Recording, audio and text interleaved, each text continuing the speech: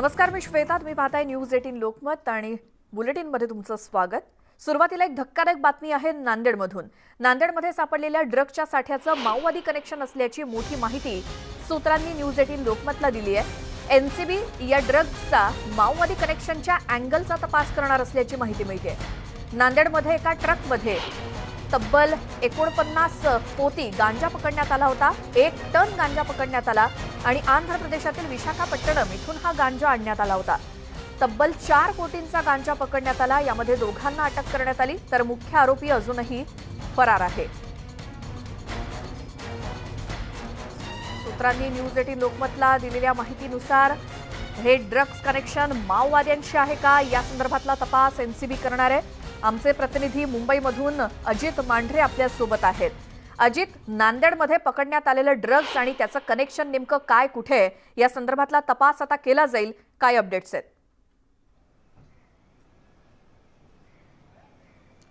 श्वेता, मुंबई एनसीबीनं 1.2 असं जवळपास 5 कोटी रुपयांचं अंमली पदार्थ जे आहे हे नांदेडमधून पकडलं होतं. हे विशाखापट्टणम या भागातील एका जंगलातून आल्याचा संशय जो आहे तो एनसीबीला आहे. या प्रकरणी दोघांना अटक करून नांदेड कोर्टामध्ये त्यांना हजर केलेलं आहे. याचं एक जळगाव कनेक्शन आणि त्याचबरोबरीनं आता एक नवीन कनेक्शन समोर आलं आहे, ते म्हणजे नक्सली कनेक्शन. जे माओवादी आहेत त्यांच्या मार्फत हे जे अंमली पदार्थ जे आहेत हे विक्री करण्याकरता देशभरातील वेगवेगळ्या राज्यांमध्ये पाठवण्यात येणार होते. त्याचं मुख्य ठिकाण जे होतं ते महाराष्ट्रामधलं होतं आणि महाराष्ट्रातून इतर ठिकाणी ते जे ड्रग्स आहेत ते पाठवलं जाणार होतं. जे अंमली पदार्थ आहे त्यांची तस्करी केली जाणार होती. त्याच्याकरता एक मोठं कन्साइनमेंट जे आहे हे एका ट्रकमध्ये पोतं होतं. पोतामध्ये लोखंडी सळ्या किंवा लोखंडी सामान होतं आणि त्याच्या आतमध्ये हा गांजा जो आहे तो लपवला गेला होता. मुळात गांजा अशा पद्धतीनं उघडपणे तरी तस्करी करणे अवघड असतं, कारण का त्याचा वास खूप येतो. पण ह्यांनी जी शक्कल लढवली होती त्यानुसार जे लोखंड आहे ते थोडं ऑइल बेस होतं, म्हणजे त्याला तेलाचा वास होता आणि त्याच्यामध्ये प्लास्टिकच्या पिशव्यांमध्ये लपवून हा गांजा ठेवण्यात आला होता. म्हणजे कुठेतरी या तेलाच्या वासामुळे हा जो गांजा आहे, गांजाचा वास जो आहे तो पसरू शकला नाही किंवा पसरला नाही. पण एनसीबीला जी टीप मिळाली आणि त्यांनी त्या टीपच्या आधारे ही कारवाई केली. त्याच्यामध्ये जवळपास 5 कोटी रुपयांचे अंमली पदार्थ एनसीबीनं जप्त केलेले आहेत. मुळात अशा पद्धतीचा गांजा तस्करी करताना लसूण, कांदा किंवा असं उग्र वास जे आहे, उग्र वासाचे पदार्थ वापरले जातात, जेणेकरून गांजाचा वास जो आहे तो दरवळू नये आणि जर तो बाहेर आला तर त्याची भनक लागू शकते आणि आपली चोरी पकडली जाऊ शकते. पण ही नवीन एक मोडस ऑपरेंडी समोर आली होती की लोखंडांच्या मध्ये हा जो गांजा आहे या गांजाची तस्करी केली जात होती. मात्र एनसीबीला त्यांच्या सूत्रांनी मिळालेल्या माहितीनुसार त्यांनी ही कारवाई केली आणि त्यातून त्यांनी इतक्या मोठ्या प्रमाणामध्ये अंमली पदार्थ जे आहेत ते जप्त केलेत. आणि याचा मुख्य सूत्रधार जो आहे तो अजूनही फरार आहे, तो जळगावचा आहे असं सांगितलं जात आहे. हा कोण आहे, कुठे आहे, याच्याबाबत माहिती जी आहे ती एनसीबीनं दिलेली नाही आहे. मात्र हा मुख्य जो आहे मास्टर माइंड तो जो आहे त्याने अशाच पद्धतीनं अनेक वेळा देशातल्या अनेक राज्यांमध्ये कोट्यवधी रुपयांच्या अंमली पदार्थांची तस्करी केलेली आहे. हे तपासामध्ये आता समोर आलेलं आहे. या म्होरक्याचा शोध जो आहे तो एनसीबी घेत आहे. जी, आणि ही कारवाई नेमकी कोणत्या वेळी, कधी करण्यात आली, कशी, याबद्दलची कल्पना किंवा माहिती मिळालेली होती? ही कारवाई जी आहे ही एनसीबीला त्यांच्या गुप्त सूत्रानुसार माहिती मिळाली. त्यावेळी महाराष्ट्र आणि आंध्र प्रदेशच्या बॉर्डरवरती लक्ष ठेवून होते. तिथून लक्ष ठेवल्यानंतर नांदेडपर्यंत हा सगळा ट्रक जो आहे या सगळ्या ट्रकला ट्रॅक करण्यात आलं आणि कुठे माल नेमका उतरला जातोय, कुठे थांबलं जातंय याचा ट्रॅक ठेवण्यात आला. पण ज्यावेळी त्यांना शंका आली की आता यांना देखील कल्पना होऊन लागलेली आहे की आपली चोरी पकडली गेलेली आहे, आपली तस्करी पकडली गेलेली आहे, त्यावेळी एनसीबीनं धाड टाकली आणि हा जो गांजा आहे जवळपास 5 कोटी रुपयांचा तो त्यांनी जप्त केला. नांदेडमध्ये ही कारवाई केली. त्याचे जळगाव कनेक्शन, विशाखापट्टणम कनेक्शन आणि माओवादी म्हणजेच नक्षल कनेक्शन देखील आता समोर आले. जी अजित, धन्यवाद या सगळ्या सविस्तर माहितीसाठी. नांदेडमध्ये सूत्रांनी दिलेल्या माहितीनुसार जे काही ड्रग्ज जप्त करण्यात आलेलं आहे त्याचं कुठेतरी विशाखापट्टणम आणि माओवादी कनेक्शन असल्याचा तपास आता एनसीबी कडून सुरू करण्यात आलेला आहे. मात्र यामध्ये काहींना ताब्यात घेण्यात आलंय, म्होरक्या मात्र फरार आहे. पुढची महत्त्वाची बातमी आहे. मुंबईमध्ये मुख्यमंत्र्यांच्या वर्षा या शासकीय निवासस्थानी आणखी एका अधिकाऱ्याला कोरोनाची लागण झाली आहे. वर्षावर आता मुंबई महानगरपालिकेकडून कोरोना संसर्गाविरोधात कोम्बिंग ऑपरेशन सुरू झालंय. मुख्यमंत्री उद्धव ठाकरे यांच्या वर्षा या शासकीय निवासस्थानी लागोपाठ दुसऱ्या दिवशी आणखी एका शासकीय कर्मचाऱ्याला कोरोनाची बाधा झाली आहे। सोमवारीच मुख्यमंत्री उद्धव ठाकरे यांचे विशेष कार्यकारी अधिकारी सुधीर नाईक यांचा कोरोना रिपोर्ट पॉझिटिव्ह आल्यानंतर त्यांना बोखाड हॉस्पिटलमध्ये उपचारासाठी दाखल करण्यात आलं। त्यानंतर खबरदारीचा उपाय म्हणून सर्व अधिकारी आणि कर्मचाऱ्यांची कोरोना टेस्ट करण्यात येते। त्याचवेळी आता आणखी एक कर्मचारी कोरोना टेस्टमध्ये पॉझिटिव्ह आल्यामुळे मुंबई महानगरपालिकेनं अधिक सतर्क होत कोम्बिंग ऑपरेशन सुरू केलंय। वर्षा निवासस्थान परिसरातील सर्व शासकीय आणि खासगी निवासस्थानी राहत असलेल्या नागरिकांचे दोन्ही डोसेस पूर्ण झालेत की नाहीत याची सखोल तपासणी पालिकेनं सुरू केली आहे। गरज भासल्यास आजारी आणि संशयित व्यक्तींची कोरोना टेस्ट सुद्धा केली जाते। आमच्या प्रतिनिधी स्वाती लोखंडे मुंबईतून आपल्यासोबत थेट जोडल्या गेल्या आहेत। स्वाती, एकतर वर्षा या शासकीय निवासस्थानी मुख्यमंत्र्यांचं येणं जाणं असतं, तिथे बऱ्याच बैठका सुद्धा पार पडत असतात आणि तिथे आणखी एक कर्मचारी कोरोना पॉझिटिव्ह आल्या म्हटल्यावर आणखी सतर्कता पाळायला हवी। काय सध्याची स्थिती? साहजिकच आहे, कारण मुख्यमंत्री आपल्या स्वतःला माहिती की कोरोना संदर्भातली स्वतः काळजी घेताना बघायला मिळतात। पण मुख्यमंत्र्यांच्या कार्यालयातील म्हणजे त्यांचे OSD असू दे किंवा इतर कर्मचारी जेव्हा बाधित होतात कोरोनाने, या अशा वेळेला महानगरपालिका नक्कीच काळजी घेणारच। आणि त्याच्यामुळे आपण जर बघतो की वर्षा निवासस्थानाची जी बाहेर जी छोटी छोटी निवासस्थानं आहेत म्हणजे कर्मचाऱ्यांची, त्यांची विशेष तपासणी केली जाते। जे आजारी व्यक्ती आहेत त्यांचीही काळजी घेतली जाते म्हणजे त्यांचे स्वॅब टेस्ट केली जाते, त्यांची RT-PCR चाचणी केली जाते आणि आत्ताच म्हणजे आजच करून थांबलं जाईल नाही तर काही दिवसांच्या अंतराने पुन्हा एकदा ही चाचणी कदाचित केली जाईल। कारण आपल्याला माहिती आहे की मुख्यमंत्री उद्धव ठाकरे हे स्वतः त्यांची एक सर्जरी झालेली आहे आणि सध्या तरी आता ते आता वर्षावर जरी नसले तरी मग पुढच्या काळात येणाऱ्या मीटिंगा आणि बाकी इतर सगळ्या गोष्टींची त्यांना वर्षावर यावंच लागेल आणि साहजिकच आहे यासाठी पूर्णपणे काळजी घेतली जाईल। म्हणजे जिथे महाराष्ट्रामध्ये आपल्याला बघायला मिळते की दिवाळीनंतरचा दुसरा आठवडा पण आता उलटेल असं दिसते आणि अशात कोरोनाबाधितांचे आकडे वाढत नाही आहेत, ही जितकी दिलाशाची बाब आहे तितकीच थोडीशी काळजीची बाब आहे की मुख्यमंत्र्यांचं जे निवासस्थान आहे तिथले कर्मचारी म्हणजे आधी OSD सुधीर नाईक स्वतः कोविड पॉझिटिव्ह झाले आणि मग त्यांना बोखाडमध्ये ॲडमिट करण्यात आले आणि मग आता आणखी कर्मचारी सापडले। त्यामुळे या सगळ्या कर्मचाऱ्यांची एकूण तपासणी केली जाईल, स्क्रीनिंग केलं जाईल आणि काही दिवसांनी पुन्हा एकदा हे स्क्रीनिंग रिपीट करण्यात येईल, जेणेकरून जर कोणी एखादा बाधित असेल आणि काही दिवसांनी जर तो सापडला किंवा अनेकदा असं होतं की एसिम्प्टमॅटिक रुग्णही असू शकतात ज्यांना सिम्पटम्स नाही आहेत पण जे स्वतः पॉझिटिव्ह असू शकतात। त्यामुळे या सगळ्या गोष्टींची पालिकेच्या डिवॉर्ड करणं काळजी घेण्यात येतेच आहे आणि आपण ज्याला कोम्बिंग ऑपरेशन म्हणून अशा पद्धतीनं एक कर्मचाऱ्यांची पूर्ण विचारपूस केली जाते आहे। त्यांचे ट्रॅव्हल हिस्ट्री काय आहे, त्यांनी एकूण आत्तापर्यंत कोणत्या प्रकारची ट्रीटमेंट घेतलेली आहे का, म्हणजे सर्दी खोकला झाला आणि त्याच्यानंतर साधी औषधी घेऊन त्यांना बरं वाटलं आहे, या अशा अगदी लहान मोठ्या गोष्टींची पण तपासणी केली जाते। म्हणजे एकूणच मुख्यमंत्र्यांच्या निवासस्थानी आता पूर्णपणे म्हणजे कोविड बाधित कुणी आढळू नये किंवा कोविड बाधित रुग्णांची संख्या अधिक वाढू नये यासाठी काळजी घेतली जाते। जी स्वाती, आणि आणखी सॅनिटायझेशन प्रोसिजर असेल किंवा आणखी जे काही आसपास लोक राहतात त्यांनी लसीचे दोन्ही डोस घेतलेत की नाही यासाठी आता कसा सर्वे केला जातोय? साधारणतः जर आपण बघितलं की सगळ्यांना कंपल्शन आत्तापर्यंत केलं झालं की ज्यांनी कोणी जर घेतला नसेल त्यांनी दुसरा डोस पण घेणं अपेक्षित आहे। त्यामुळे जेव्हा आपण असं म्हणतो की मुख्यमंत्र्यांच्या निवासस्थानी जर एखादा कर्मचारी आढळतोय तर अशा वेळेला या सगळ्या गोष्टींची काळजी घेतली जाते। म्हणजे त्यांनी लसींचे किती डोस घेतलेले आहेत आणि जर दुसरा डोस घेतला नसेल तर तो का घेतला नाही, तो अवेलेबल होत नाही आहे का, किंवा त्यांना आणखी स्वाती, आवाज येत नाहीये तुमचा। धन्यवाद तुम्ही दिलेल्या या माहितीसाठी। तर मुख्यमंत्र्यांच्या वर्षा या शासकीय निवासस्थानीच आणखी एका अधिकाऱ्याला कोरोनाची लागण झाली आहे। सलग दुसऱ्या दिवशी आणखी एक शासकीय अधिकारी शासकीय कर्मचाऱ्याला कोरोनाची लागण झाल्यानंतर आता तिथे आणखी खबरदारीचे उपाय योजले जात आहेत। मुंबई महानगरपालिकेचा महत्त्वाकांक्षी प्रकल्प लांबणीवर पडण्याची शक्यता आहे।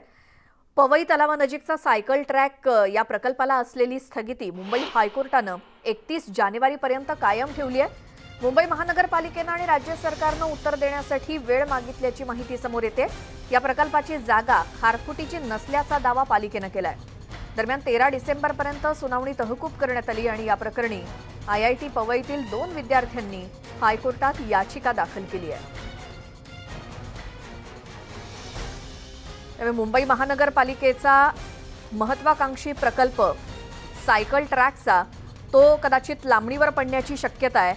पवई तलावाजवळच सायकल ट्रॅक प्रकल्पाला जी स्थगिती आहे ती मुंबई हायकोर्टानं आणखी 31 जानेवारीपर्यंत कायम ठेवली आहे. मुंबई महापालिकेनं आणि राज्य सरकारनं उत्तर देण्यासाठी वेळ मागितल्याची माहिती समोर येते. या प्रकल्पाची जी जागा आहे ती खारफुटीची नसल्याचा दावा महानगरपालिकेनं केला. दरम्यान 13 डिसेंबरपर्यंत यावरची सुनावणी देखील तहकूब करण्यात आली आहे. या प्रकरणी IIT पवईतल्या 2 विद्यार्थ्यांनी हायकोर्टामध्ये याचिका दाखल केली आहे. आमचे प्रतिनिधी अजित मांढरे मुंबईतून आपल्या सोबत जोडले गेले. थेट जाऊयात. अजित, हे संपूर्ण काय प्रकरण आहे ज्यामुळे मुंबई महानगरपालिकेचा जो महत्वाकांक्षी प्रकल्प आहे सायकल ट्रॅकचा तो आणखी लांबणीवर पडू शकतो? सर्वात आधी न्यायालयामध्ये आज काय झालं त्याबद्दल माहिती देतो. 31 जानेवारीपर्यंत या सायकल ट्रॅकच्या कामाला मुंबई उच्च न्यायालयाने स्थगिती दिलेली आहे आणि 13 डिसेंबरला या प्रकरणाची सुनावणी जी आहे 13 डिसेंबरपर्यंत तहकूब करण्यात आलेली आहे.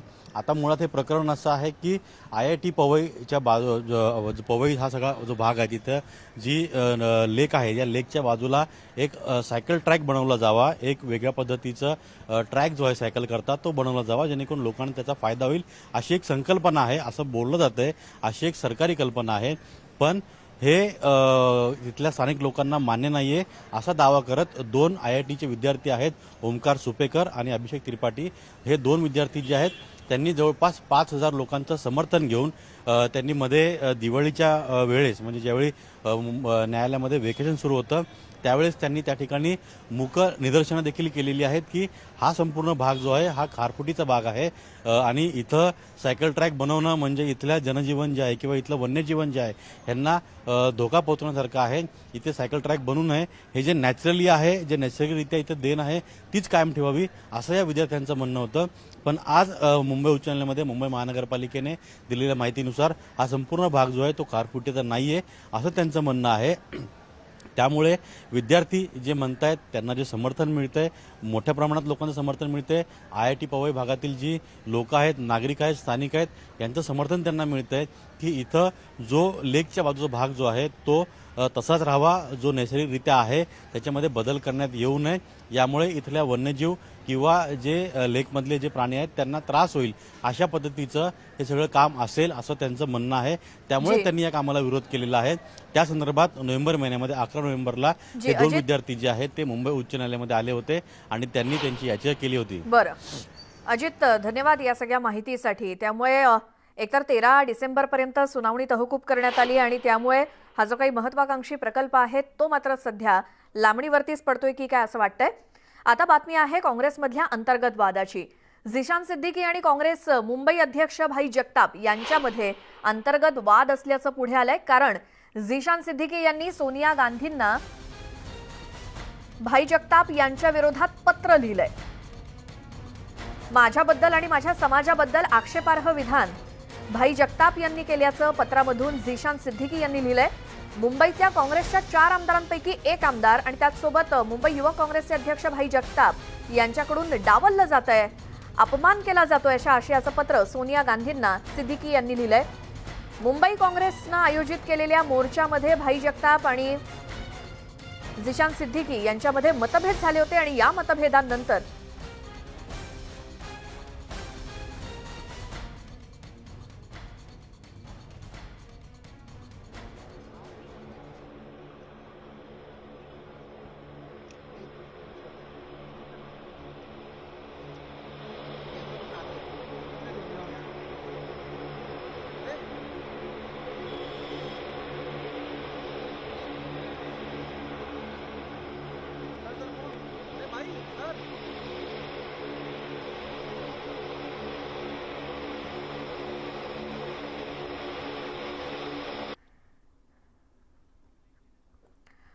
पंतप्रधान नरेंद्र मोदी यांच्या हस्ते पूर्वांचल एक्सप्रेसवेचं उद्घाटन होणार आहे।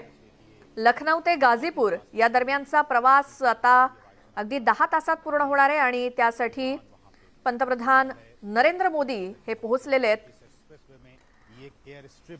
आणि मोदींच्या हस्ते पूर्वांचल एक्सप्रेसवेचं उद्घाटन आज पार पडतंय।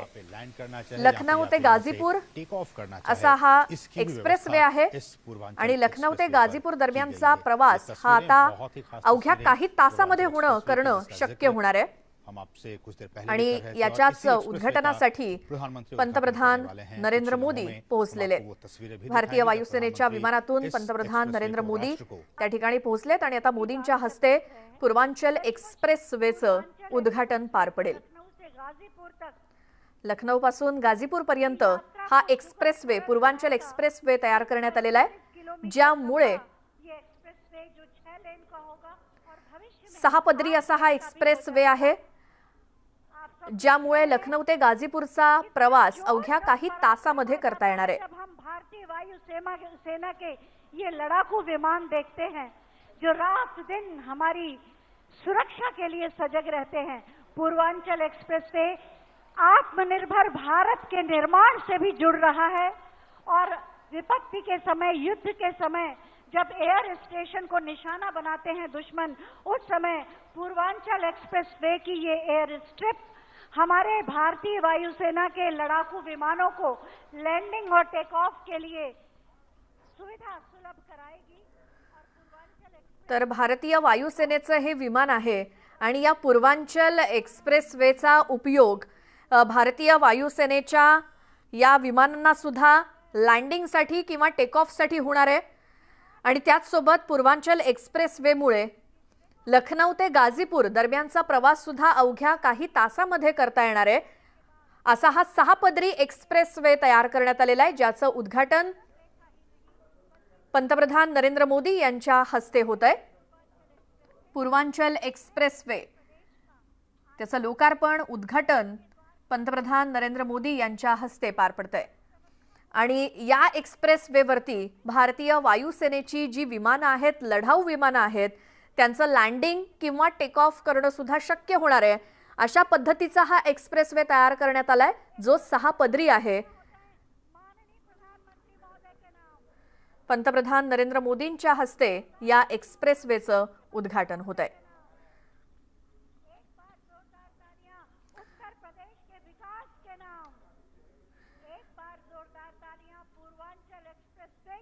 उत्तर प्रदेशात पूर्वांचल एक्सप्रेसच्या उद्घाटनासाठी हे उद्घाटन जो 3.20 किलोमीटर लांबीचा एक्सप्रेसवे आहे, ज्याचं लोकार्पण पंतप्रधान नरेंद्र मोदींच्या हस्ते होत आहे। उत्तर प्रदेशच्या विकासाच्या बाबतीत हा पूर्वांचल एक्सप्रेसवे अतिशय महत्त्वपूर्ण आहे, जिथे भारतीय वायुसेनेचं लढाऊ विमान सुद्धा उतरू शकतं, इतका 6 पदरी रुंद असा हा एक्सप्रेसवे आहे।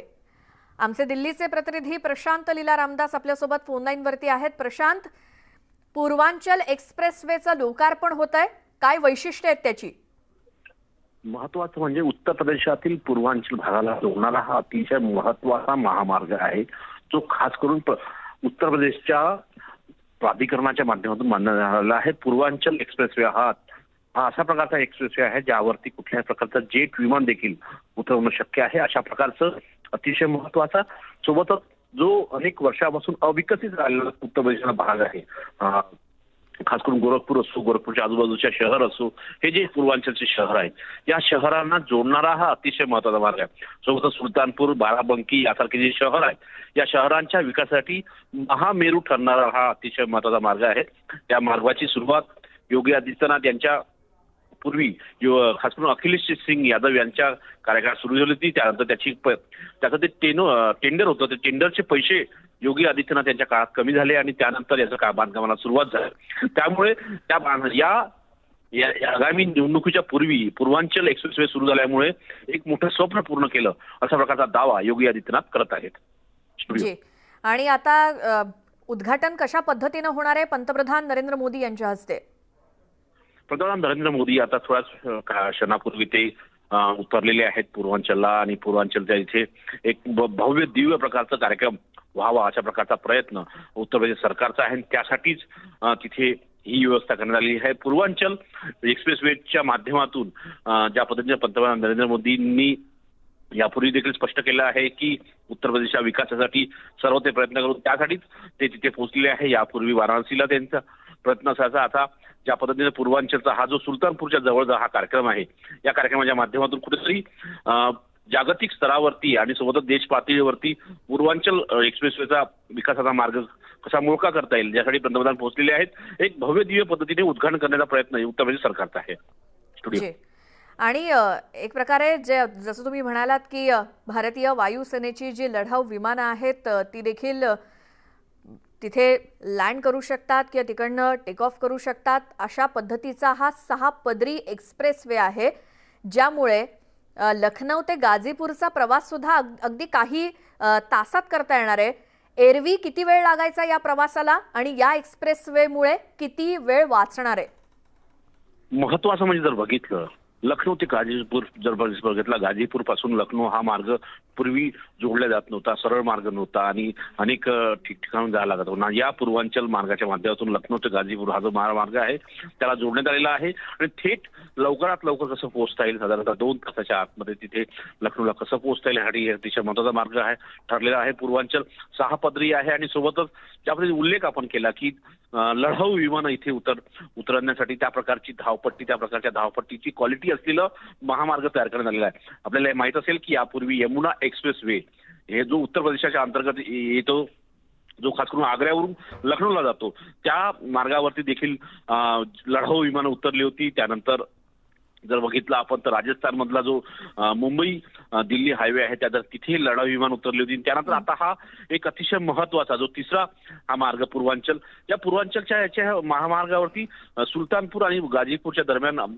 ज्या लढाऊ विमानं उतरण्यासंदर्भातला निर्णय घेण्यात आलेला आहे आणि तिथे लढाऊ विमानं उतरतील अशा प्रकारचा महामार्ग तयार करणार अतिशय टणक जी आवश्यकता असते. आपल्याला माहित असेल की लढाऊ विमानं वितरणासाठी या प्रकारची धावपट्टी लागत असते, तर त्या प्रकारची धावपट्टी तो सहन करणारा मार्ग इथे निर्माण केलेला आहे. त्या लढाऊ विमानांचं वजन पेलणारी त्याच्या धावपट्टीची क्षमता त्याबद्दलची असली पाहिजे. त्याचमुळे या लढाऊ विमानाच्या या धावपट्टीसाठी ज्या प्रकारचे तंत्रज्ञान आवश्यक होतं ते सगळं तंत्रज्ञान भारतीय लष्कराच्या वतीने, भारतीय हवाई दलाच्या वतीने खास करून उत्तर प्रदेशच्या बांधकाम प्राधिकरणाला देण्यात आलं होतं. त्याच्या माध्यमातून हे त्या प्रकारची धावपट्टी, त्या प्रकारचे रस्ते तयार करण्यात आलेले आहे की जेव्हा भारतामध्ये अचानक कुठली ज्यावेळेस गरज पडते धावपट्टीची आणि त्या काळामध्ये कुठेतरी या अशा प्रकारच्या मार्गातून एक लढाऊ विमानांसाठी एक मार्ग तयार व्हावा अशा प्रकारचा हा जी. आणि प्रशांत, आपल्याला समोर दृश्यात पंतप्रधान नरेंद्र मोदी दिसतायत,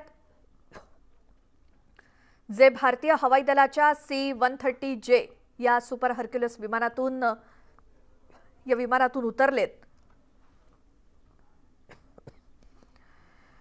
तर या उद्घाटनानंतर हवाई दलाकडून 45 मिनिटांचा एअर शो सुद्धा होणार आहे.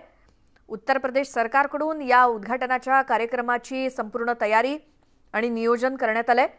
पंतप्रधान मोदींच्या हस्ते या एक्सप्रेसवेचं उद्घाटन काही क्षणात होईल आणि यासाठी पंतप्रधान नरेंद्र मोदी हवाई दलाच्या C-130J सुपर हर्क्युलस विमानातून 3.2 किलोमीटरच्या या एक्सप्रेसवेवरती लँड झालेले आहेत. त्यांच्या स्वागतासाठी उत्तर प्रदेशचे मुख्यमंत्री योगी आदित्यनाथ हे आहेतच आणि इतर प्रशासकीय अधिकारी. आणि आता पंतप्रधान नरेंद्र मोदी हे पुढच्या कार्यक्रमाच्या ठिकाणी गाडीमधून निघालेले दिसतायत. पूर्वांचल एक्सप्रेसवेचं उद्घाटन पंतप्रधानांच्या हस्ते होणार आहे. त्यासाठीचा हा कार्यक्रम उत्तर प्रदेश सरकारनं आयोजित केलेला आहे. अतिशय महत्त्वपूर्ण असा हा एक्सप्रेसवे आहे, ज्यावरती भारतीय हवाई दलाची लढाऊ विमानं सुद्धा उतरू शकणार आहेत. पंतप्रधान नरेंद्र मोदी सुद्धा याच भारतीय हवाई दलाच्या C-130J सुपर हर्क्युलस विमानातून या 3.2 किलोमीटर लांबीच्या एक्सप्रेसवेवरती लँड झाले. भारतीय हवाई दलाचं विमान लँड झालं.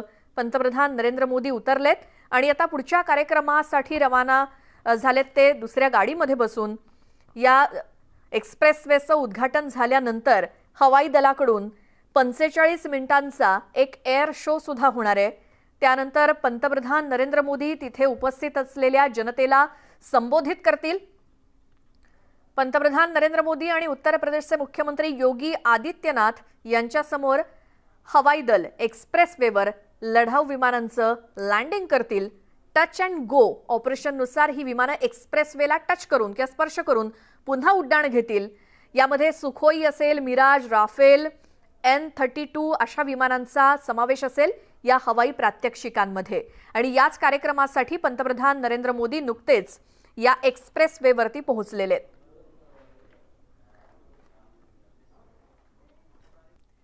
नमस्कार, मी स्नेहल पाटकर. या बुलेटिनमध्ये तुमचं सगळ्यांचं स्वागत आहे. बुलेटिनला सुरुवात करूयात आणि जाऊयात उत्तर प्रदेशमध्ये पंतप्रधान नरेंद्र मोदींच्या हस्ते आज उत्तर प्रदेशातील पूर्वांचल एक्सप्रेसवेचं उद्घाटन होणार आहे. नरेंद्र मोदी भारतीय हवाई दलाच्या C-130J या सुपर हर्क्युलिस विमानातून 3.2 किलोमीटर या एक्सप्रेसवेवरती लँडिंग करणार आहेत. उद्घाटनानंतर हवाई दलाकडून 45 मिनिटांचा एअर शो देखील होणार आहे. यानंतर नरेंद्र मोदी तिथे जनतेला उपस्थित करतील. काही वेळापूर्वीच नरेंद्र मोदी यांनी C-130J सुपर हर्क्युलिस विमानातून या एक्सप्रेसवेवरती लँडिंग केलंय. पूर्वांचल एक्सप्रेसवेची आपण वैशिष्ट्य पाहूयात. 341 किलोमीटरचा हा महामार्ग आहे. उत्तर प्रदेशमधील सर्वात मोठा महामार्ग आहे. देशातील तिसरा सर्वात मोठा महामार्ग आहे. लढाऊ विमानांचंही लँडिंग या महामार्गावर करता येणार आहे. 2 एक्सप्रेसवे इथे जोडले जाणार आहेत. 9 शहरांना जवळ आणणारा हा एक्सप्रेसवे आहे. 22,494.66 कोटींचा खर्च याला आलाय आणि गाझीपूरच्या हल्दरिया गावात या एक्सप्रेसवेचा पूर्वांचल एक्सप्रेसवेचा शेवट होतोय. हायवेवर 3.20 किलोमीटरचा रनवे आहे. अधिक माहिती घेऊयात आमचे प्रतिनिधी प्रशांत लीला रामदास यांच्याकडून. प्रशांत, लखनौ ते गाझीपूर दरम्यानचा प्रवास आहे हा आता अवघ्या काही तासात होणार आहे. प्रशांत, माझा आवाज तुमच्यापर्यंत पोहोचतोय? गाझीपूर ते लखनौ हा जो हायवे आहे जो या माध्यमातून पूर्वांचलच्या एक्सप्रेसवेच्या माध्यमातून आता अतिशय सुकर होणार आहे. हा अतिशय महत्वाचा महामार्ग आहे जो उत्तर प्रदेश प्राधिकरणाच्या उत्तर प्रदेश बांधकाम रस्ते महामार्ग प्राधिकरणाच्या इरेडाच्या माध्यमातून तयार झालेला आहे. आणि हा जो महामार्ग आहे हा महामार्ग पूर्वांचलच्या विकासाचा महामेरू ठरावा अशा प्रकारचा हा महामार्ग आहे. आणि या गाझीपूर ते लखनौच्या दरम्यान यामुळे एक जे मोठं अंतर पूर्वी कापायला लागलं ते अंतर आता कमी झालेलं आहे. अवघ्या काही तासामध्ये आपल्याला लखनौमध्ये उत्तर प्रदेशच्या राजधानीला पोहोचता येणं शक्य झालं या महामार्गामुळे. पूर्वांचल महामार्ग जो जर बघितला आज पंतप्रधान नरेंद्र मोदी यांच्या हस्ते या महामार्गाचं उद्घाटन होतंय. एक प्रकारे विकासाचा महामार्ग जसं मी म्हणतोय की त्यामागे कारण असं आहे की पूर्वांचल हा अविकसित भाग आहे उत्तर प्रदेशाचा. जसं पश्चिम उत्तर प्रदेश हा विकसित प्रदेश समजला जातो त्या धर्तीवरती पूर्वांचल ज्या भागामध्ये त्याला नेपाळ वाढवून जुडलेली आहे त्या भागामध्ये विकास हा थांबला होता. पण या पूर्वांचल महामार्गाच्या माध्यमातून खास करून बाराबंकी असो, सुलतानपूर असो किंवा गाझीपूर असो यासारखे जे जिल्हे अविकसित होते आता या महामार्गाच्या माध्यमातून विकसित होईल अशा प्रकारची परिस्थिती या महामार्गामुळे निर्माण होण्याची शक्यता आहे. आणि त्याचमुळे हा अतिशय महत्वाचा मार्ग मानला जातो. योगी आदित्यनाथ यांनी आपल्या घोषणापत्रामध्ये देखील या महामार्गाचा उल्लेख केला होता. न्यूज 18ची लोकप्रची चमू देखील पूर्वांचलच्या एक्सप्रेसवेला पाहून आलेली आहे. त्यामुळे हा महामार्ग ज्या पद्धतीने तयार झालेला आहे ज्या महामार्गावरती जर बघितलं आपण तर अनेक जेट विमानं देखील इथे उतरण्याची ज्या प्रकारच्या त्या क्षमतेचा त्या कौशल्याच्या आधारित असलेला आणि सोबतच जर बघितलं त्या प्रकारचा टणकपणा असलेला हा महामार्ग आहे. आणि त्या महामार्गाचं उद्घाटन पंतप्रधान नरेंद्र मोदी यांच्या हस्ते होतो. हे पूर्वांचल एक्सप्रेसवे हा जो एअर स्ट्रीप आहे या एअर स्ट्रीपच्या माध्यमातून एक प्रकारे विकासासाठी मार्ग मोकळा झाला असंच म्हणावं लागेल. प्रशांत, न्यूज 18 लोकमतचा चमू या पूर्वांचल एक्सप्रेसवेच्या ठिकाणी म्हणजे ग्राउंड झिरोवरती जाऊन आलाय. नेमकी या महामार्गाची आणखी काय वैशिष्ट्य आहे? जसं की हा देशातील सर्वात मोठा महामार्ग आहे किंवा देशातील तिसरा मोठा महामार्ग आहे, आणखी काय वैशिष्ट्य सांगता येतील? महत्वाचं म्हणजे हा जसा एक महामार्ग आहे ज्याचा उल्लेख मी केला की या महामार्गावरती तुम्हाला लढाऊ विमानं जसे ज्या पद्धतीने MiG-21 असो किंवा मग त्यानंतर जॅग्वार असो किंवा इतरही विमानं जी आहेत ज्या विमानांना लढाऊ विमानं समजलं जातं अशा प्रकारची विमानं इथे उतरणं, मिराज असो या म्हणजे मिराज, त्यानंतर सोबतच जर बघितलं आपण जॅग्वार यासारखी विमान उतरण्याची क्षमतेसाठी जी धावपट्टी लागते त्या धर्तीचं हे पूर्वांचलचा एक्सप्रेसवे आहे. आणि सोबतच हा जो महामार्ग तयार करताना सुलतानपूर हा जो अविकसित भाग आहे, गाजीपूर हा अविकसित जो भाग आहे, बाराबंकी हे जे शहर आहे या शहरांना जोडताना या पूर्वांचल महामार्ग जोडताना या सगळ्या शहरांचा कसा समावेश होईल याचा प्रयत्न करण्यात आला आहे. आणि सोबतच या महामार्गावर छोटे छोटे रस्ते देखील तयार करण्यात आलेले आहेत जे छोट्या छोट्या गावांना जोडतात. काय असतं की रस्त्याच्या माध्यमातून गावाचा विकास होतो, जिथे रस्ता जातो ते विकास होतो असं संबोधलं जातं. त्याचमुळे त्या छोट्या छोट्या रस्त्यांना जोडत हा संपूर्ण पूर्वांचल एक्सप्रेसवे तयार करण्यात आलेला आहे. हा अतिशय महत्वाचा एक्सप्रेस आहे. जसं दिल्लीमध्ये जर बघितलं आपण तर दिल्ली मुंबई एक्सप्रेस तयार व्हायला सुरुवात झालेली आहे. त्यानंतर जर बघितलं आपण तर आग्रा लखनौ हा एक्सप्रेस जो अखिलेश सिंग यादव यांच्या कार्यकाळात झाला होता त्यावेळेस तिथे मिराज आणि यासारखी लढाऊ विमान उतरले होते. त्यानंतर सगळ्यात महत्वाचा म्हणजे नोएडा आग्रा हा जो एक्सप्रेसवे आहे हा देखील एक अतिशय महत्वाचा महामार्ग आहे. अशा सगळ्या पार्श्वभूमीवर जर बघितलं आपण तर हा देशातला 6व्या क्रमांकाचा एक्सप्रेसवे आहे ज्या माध्यमातून भारतामध्ये एक्सप्रेसवेच्या क्वालिटीचे महामार्ग तयार होत आहे हे दाखवण्याचा प्रयत्न आहे. आणि महत्वाचं म्हणजे आगामी उत्तर प्रदेशची विधानसभा निवडणूक आहे. त्या विधानसभा निवडणुकीच्या पूर्वी योगी आदित्यनाथ यांनी जे मुख्यमंत्री आहेत उत्तर प्रदेश त्यांनी घोषणा केली होती की या पूर्वांचल महामार्गाचं काम संपूर्णपणे पूर्ण होईल. याचा अर्थ असा होतो की विधानसभा निवडणुकीच्या पूर्वी एक भेट पूर्वांचलच्या जनतेला द्यावी त्यासाठी या प्रकारचा हा मोठा महामार्ग त्या धर्तीवरती त्या पद्धतीने योजना तयार करून करण्यात आलेला महामार्ग आहे.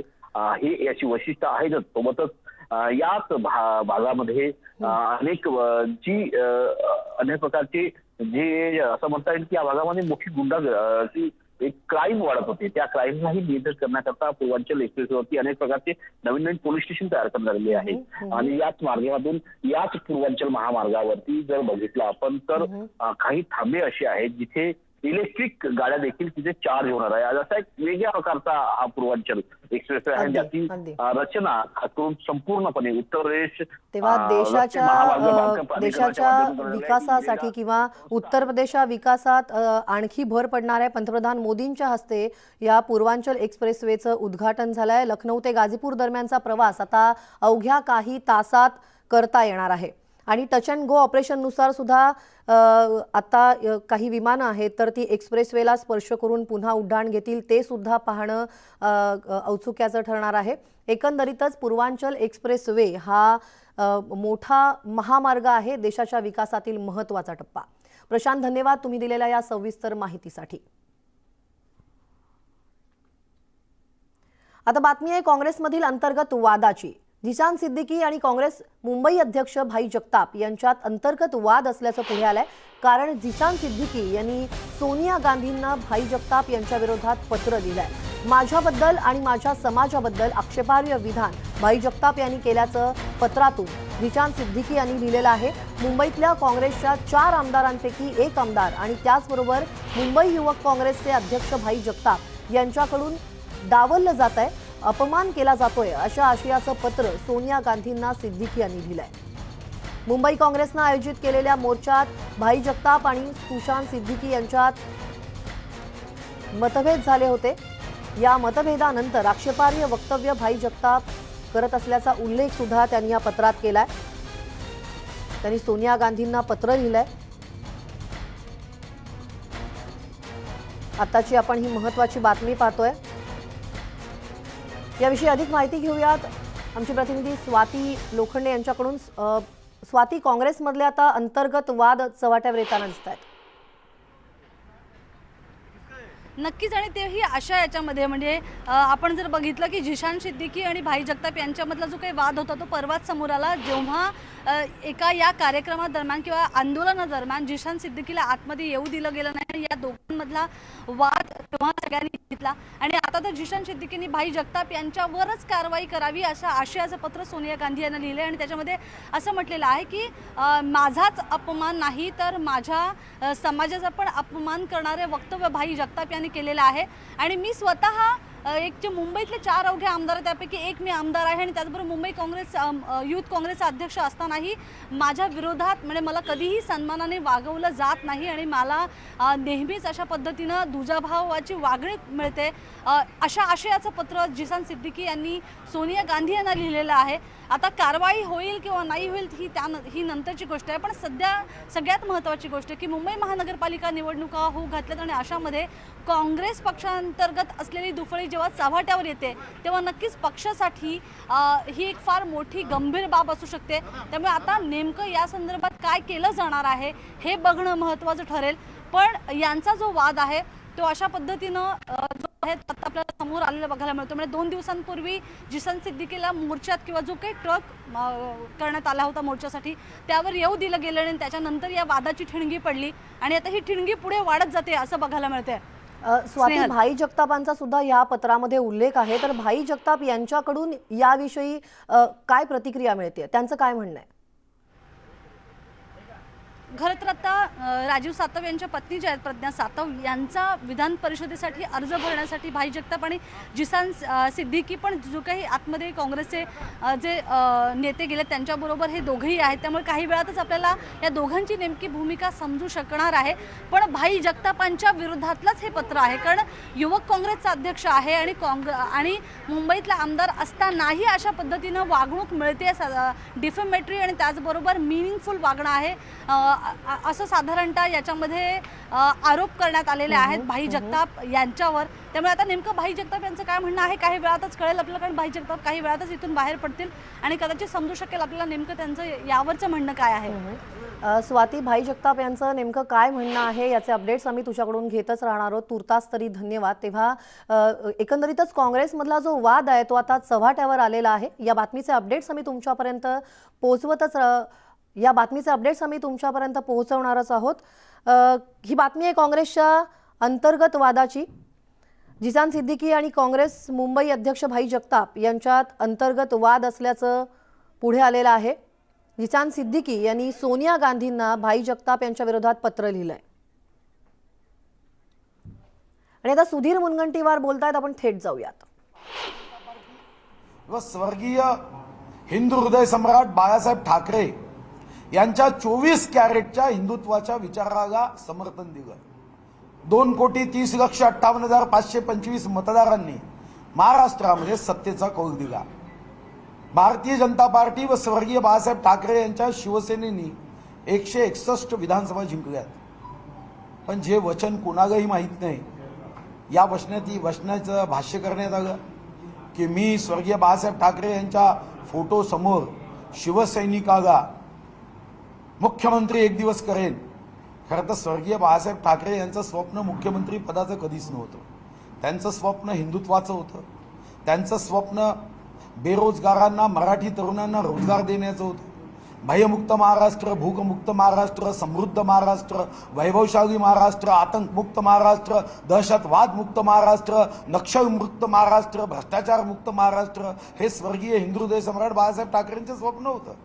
पण त्याच्या फोटो पाशी जाऊन मी शपथ घेतली असा आभास केला.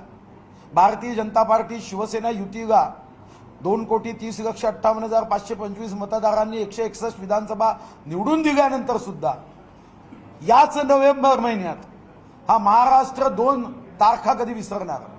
1/26/11चा महाराष्ट्रावरचा हमला आणि 28/11चा हा लोकशाहीवरचा हमला. आज राज्यामध्ये लोक त्राही करतात. विद्यार्थी आत्महत्या करताय, शेतकरी आत्महत्या करताय, महिलांवरचे अत्याचार वाढले आहे, मंत्र्यांचे PA आत्महत्या करताय, MPSCचे विद्यार्थी आत्महत्या करताय. मोठ्या प्रमाणावर महाराष्ट्र हा आता समस्याग्रस्त झाला आहे. महाराष्ट्राचा प्रवास मध्यराष्ट्र, भ्रष्ट राष्ट्र याकडे सुरू झाला आहे. महाशिव आघाडीचा सुरुवात आता महावसुली आघाडीपर्यंत झाला आहे. गृहमंत्री जेलमध्ये आहे, कमिशनर फरार आहे. हे महाराष्ट्र पहिल्यांदा पाहत आहे. मुख्यमंत्री एकदाही मंत्रालयात न जाता हा एक ब्रह्मांड विक्रम, हा पहिल्यांदा हे ब्रह्मांड पाहत आहे. आणि या ठिकाणी या सरकारच्या विरुद्ध तख्त बदल दो, ताज बदल दो, बैमानों का राज बदल दो, या भावनेने या राजकीय प्रस्तावाच्या माध्यमातून मग एसटी कामगारांचे प्रश्न आहे, शेतकऱ्यांचे प्रश्न आहे, आरोग्य विभागाच्या परीक्षेमध्ये विद्यार्थ्यांवरच्या अन्यायाचे प्रश्न आहे, कष्टकऱ्यांचे प्रश्न आहे, वंचितांचे प्रश्न आहे, राज्याच्या मंत्रालयात होणाऱ्या भ्रष्टाचाराच्या संदर्भातले प्रश्न आहे, या राज्यामध्ये बेरोजगारांचे प्रश्न आहे. ज्या बेरोजगारांसाठी शिवसेना आणि काँग्रेस राष्ट्रवादीनी कोणतीही हर्बल वनस्पती न घेता जो वचननामा आणि जाहीरनामा दिला, आता 28 तारखेला 2 वर्ष पूर्ण होईल, यापैकी एकही मुद्दा केला नाही. शिवसेनेच्या जाहीरनाम्यात होतं आर्थिक दुर्बल घटकातील शेतकऱ्यांच्या खात्यात 10,000 रुपये प्रतिवर्ष टाकू, 1 रुपया दिला नाही. 300 युनिट पर्यंत 30% वीज दर कमी करू, युनिटचा वीज दर कमी केला नाही. 1 एप्रिल 2020 ला जनतेला एप्रिल फुल करत बीपीएल युनिटमध्ये वाढ केली. निराधारांचं मानधन दुप्पट करू. क्या हुआ तेरा वादा, हे चांद्यापासून बांद्यापर्यंतची जनता विचारत आहे. काँग्रेस राष्ट्रवादीने सांगितलं की तरुण सुशिक्षित बेरोजगारांना 5,000 रुपये मासिक भत्ता देऊ. अरे 5,000 रुपये तर सोडा, पोस्ट डेटेड चेक नाही दिले अजून, पीडीसी दिले नाही. एसटी कामगारांना काँग्रेस राष्ट्रवादींनी एसटीच्या कर्मचाऱ्यांना सांगितलं त्यांच्या शपथनाम्यात, आणि हा शपथनामा काँग्रेस राष्ट्रवादीच्या कार्यालयात झालेला आहे, क्रूज पार्टीमध्ये झालेला नाही. या शपथनाम्यात सांगितलं त्यांनी की आम्ही एसटी कामगारांना सरकारी वेतन देऊ. हा त्यांचा शपथनामा आहे, जाहीरनामा वचननामा नाही. आणि हा शपथनामा देताना त्यांनी सांगितलं की जसं स्वराज्याचं तोरण बांधण्यासाठी अवघ्या 14व्या वर्षी शिवरायांनी बेलभंडारा उचलून शपथ घेतली, आम्ही तशी शपथ घेतोय. छत्रपती शिवाजी महाराजांच्या तोरण स्वराज्याचे तोरण बांधण्याची जी शपथ होती, अरे त्या बेलभंडाऱ्याचाही तुम्ही शपथनाम्यामध्ये अवमान करता. उच्च शिक्षणासाठी 0% व्याजदराने शैक्षणिक कर्ज काढू सांगितलं. ग्रामीण भागातील पदवीधरांना 100% दिवसाचा रोजगार देऊ सांगितलं. तुम्ही सांगितलं आज महाराष्ट्रामध्ये 2,193,000 जागा रिक्त आहेत.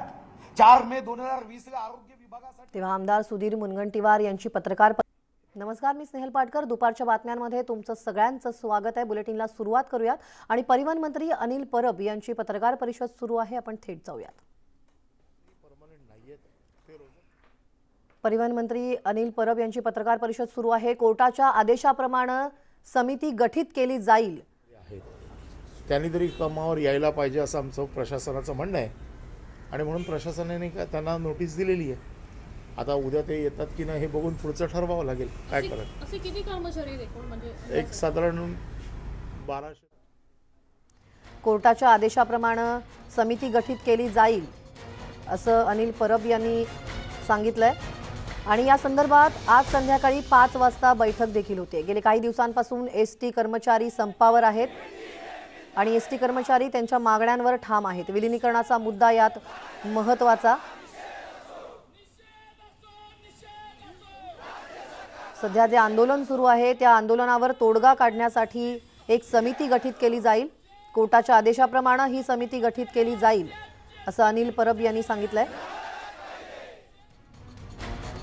आज संध्याकाळी 5 वाजता या संदर्भात बैठक होणार आहे. याआधी देखील बैठका झाल्या, मात्र त्यामध्ये तोडगा निघू शकलेला नाही.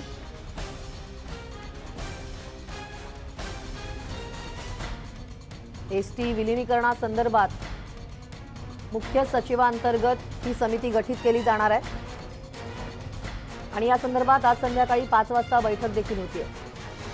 वित्त आणि परिवहन प्रधान सचिवांचा या समितीत समावेश केला जाणार आहे. ते कदाचित अयशस्वी होत असतील.